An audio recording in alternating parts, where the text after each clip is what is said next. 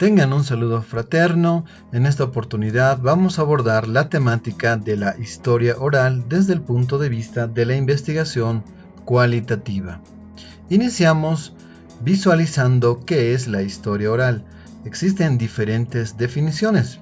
Para nuestro caso vamos a utilizar la siguiente, que nos dice que la historia oral es una forma de hacer historia que recurre a la memoria y a la experiencia de las personas para acercarse a la vida cotidiana y a sus formas de vida, que generalmente no son registradas por las investigaciones tradicionales. ¿Cómo se hace ello? A través de la reconstrucción del pasado, mediante los testimonios orales. En este proceso de reconstrucción histórica se utiliza la narrativa, es decir, la descripción de las acciones que han realizado estos personajes. Esas acciones se entiende que estuvieron dentro de un contexto histórico, dentro de un contexto social, que dieron lugar a el desarrollo de esas acciones. Por ejemplo, la lucha por el poder, la resistencia frente a situaciones históricas. ¿Qué es lo que busca la historia oral?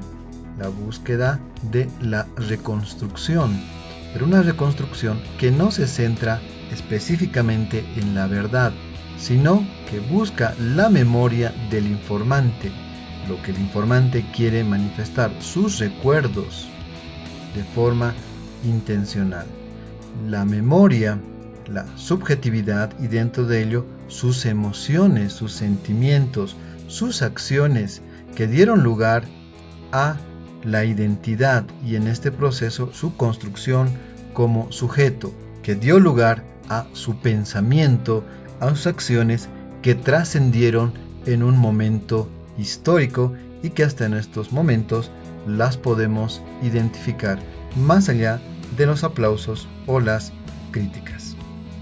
Se entiende al sujeto como reflejo de su sociedad, es decir, la búsqueda del quién soy o el quién somos debe remitirse a la memoria de nuestro pasado.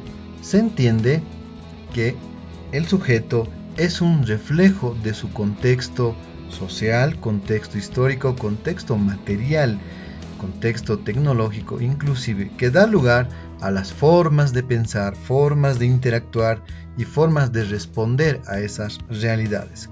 Como vemos en las imágenes, hay contextos diversos históricos que han tenido su propia dinámica y que de una forma u otra constituyen el antecedente, el pasado histórico de la realidad actual. Para entender el presente hacia el futuro, es importante reconocer nuestro pasado. Los tipos de historia oral generalmente se clasifican en dos: la historia de vida completa, donde se relata toda la historia a manera de biografía, desde el inicio de la infancia hasta los momentos en que culmina su vida o trasciende con alguna acción o alguna obra en específico. Por otro lado, tenemos las historias de vida focales o temáticas, que rescatan o se enfocan específicamente en unas etapas o hitos de la persona, en un espacio de su vida, en un lapso de su vida.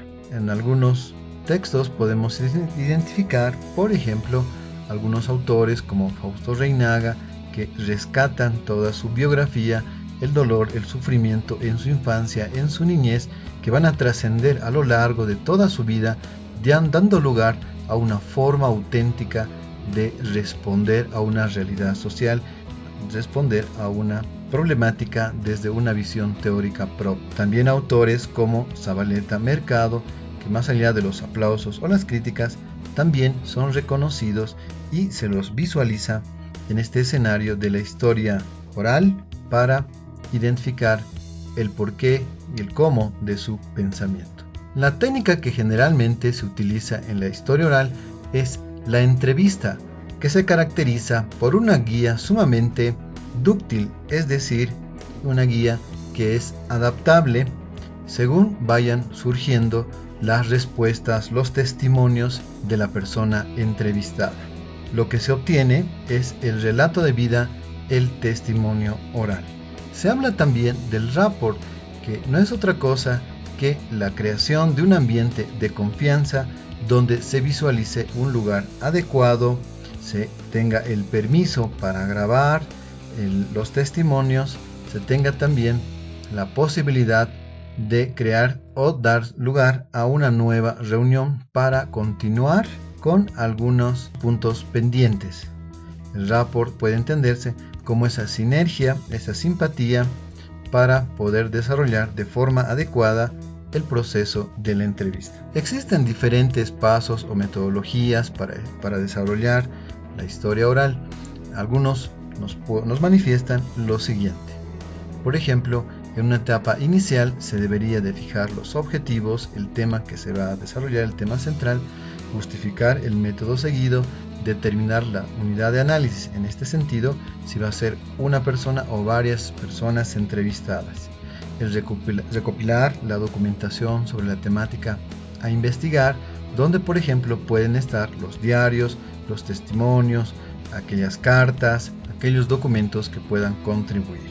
Y luego buscar a estos informantes. Una vez identificados y en coordinación, se pasa a la siguiente etapa, donde se le explica a los informantes cuál es la finalidad de esta investigación, de esta entrevista, la forma en cómo se va a registrar la conversación, el diálogo, el acceso que otras personas pueden tener a esta información, es decir, si va a tener un carácter público o más bien va a tener un carácter más discreto, y preservar el tema del anonimato, es decir, si esta persona entrevistada quiere dar a conocer su nombre o más bien prefiere quedar en el anonimato. Y luego preveemos la publicación de la investigación. También en las clases hemos podido visualizar, y también lo pueden hacer buscándolo en la red, en línea, esta tesis que hemos podido visualizar que utiliza la historia oral. Nos dice las dinámicas territoriales a través de la historia oral de Layo Tayakira del departamento de Oruro, una tesis nacional, donde nos habla cómo se puede dar cuenta de las dinámicas territoriales y lingüísticas a partir de los testimonios de los abuelos, a través de los testimonios mediante la historia oral. Otro de los ejemplos también que hemos podido compartir y ver un poco más a detalle es esta tesis chilena, donde nos da cuenta cómo utilizan el testimonio, utilizan la historia oral para dar cuenta de estas realidades histórico-sociales, donde está el exilio, por ejemplo, en contextos adversos, contextos políticos, sociales, que hace que haya este flujo migratorio y el retorno, y de esta manera rescatar sus percepciones, sus emociones, no solamente de los padres, de los adultos que han sufrido esta migración, sino también de los propios niños, sus emociones, sus sentimientos, sus percepciones, rescatando de forma integral esa diversidad que da lugar a una realidad social. Gracias por su atención.